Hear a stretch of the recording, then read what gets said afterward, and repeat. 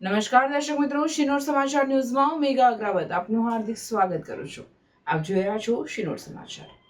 નજર કરીએ આજના સમાચાર પર। છત્તીસગઢના નેતા અમિત બધેલે સિંધી સમાજ અને ધર્મગુરુ વિશે કરેલ અભદ્ર ટિપ્પણી મુદ્દે ડભોઈ સિંધી સમાજ દ્વારા ભારે આક્રોશ સાથે અમિત બધેલના પુતળાનું દહન કરવામાં આવ્યું। છત્તીસગઢના નેતા અમિત બધેલ દ્વારા સિંધી સમાજના ભગવાન ઝૂલેલાલ તેમજ સિંધી સમાજ વિશે તાજેતરમાં કરવામાં આવેલ અભદ્ર ટિપ્પણીઓ બાબતે સમગ્ર દેશ અને ગુજરાતભરમાં ભારે આક્રોશ જોવા મળી રહ્યો છે। ત્યારે ગુરુ નાનક જયંતિના પવિત્ર દિવસે વડોદરા જિલ્લાના ડભોઈ નગરમાં વડોદરી ભાગોળ પાસે આવેલ ઝૂલેલાલ મંદિર પાસે નગરમાં વસતા સિંધી સમાજના અગ્રણીઓ, કાર્યકરો, યુવાનો, મહિલાઓ સહિત સમગ્ર સિંધી સમાજ ભેગો થયો હતો અને ભારે આક્રોશ સાથે સમાજ દ્વારા વિરોધ રેલી યોજવામાં આવી હતી અને અમિત બધેલના પુતળાનું દહન કરવામાં આવ્યું હતું। આવી અભદ્ર ટિપ્પણી કરનાર સામે સરકાર દ્વારા સખતમાં સખત પગલાં લેવામાં આવે તેવી માંગણી પણ કરવામાં આવી હતી।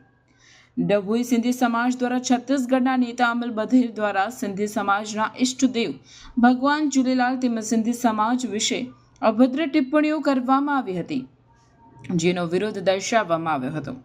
જેમાં ડભોઈ સિંધી સમાજના પ્રમુખ સુભાષભાઈ પૂજવાણી, અગ્રણીઓ દીપકભાઈ જાદવણી, કાલીભાઈ દુલાણી, ઘનશ્યામભાઈ દુલાણી, લખુભાઈ મોરવાણી, ચેતનભાઈ સાધવાણી, અશોકભાઈ સાધવાણી, મહિલા અગ્રણી કાજલબેન દુલાણી, સંગીતાબેન ભુજવાણી સહિત સિંધી સમાજના લોકો મોટી સંખ્યામાં જોડાયા હતા। આ અંગે પ્રમુખ સુભાષભાઈ ભુજવાણીએ જણાવ્યું હતું કે છત્તીસગઢના નેતા અમિત બધેલે સિંધી સમાજ અને ઇષ્ટદેવ ભગવાન ઝૂલેલાલ માટે અભદ્ર ટિપ્પણી કરી હતી। તે બદલ ડભોઈ સિંધી પંચાયતે ભેગા મળીને આજરોજ વિરોધ સાથે આક્રોશ રેલી કાઢવામાં આવી હતી અને પુતળા દહન કરવામાં આવ્યું હતું, જેમાં સમગ્ર સિંધી સમાજ જોડાયો હતો। આ ટિપ્પણીને લઈ સમાજમાં ખૂબ જ આક્રોશ અને વિરોધ છે।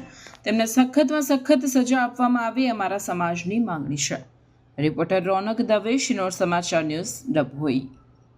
સિંધી સમાજ અને મારવાડી સમાજના ઇષ્ટદેવ હિન્દુ દેવી દેવતાના વિરુદ્ધમાં આલફેલ ગમે તેવું બોલેલ છે, તેમની સામે ગમે તે કરી અને એમની સામે શિક્ષાત્મક પગલાં લેવા જોઈએ।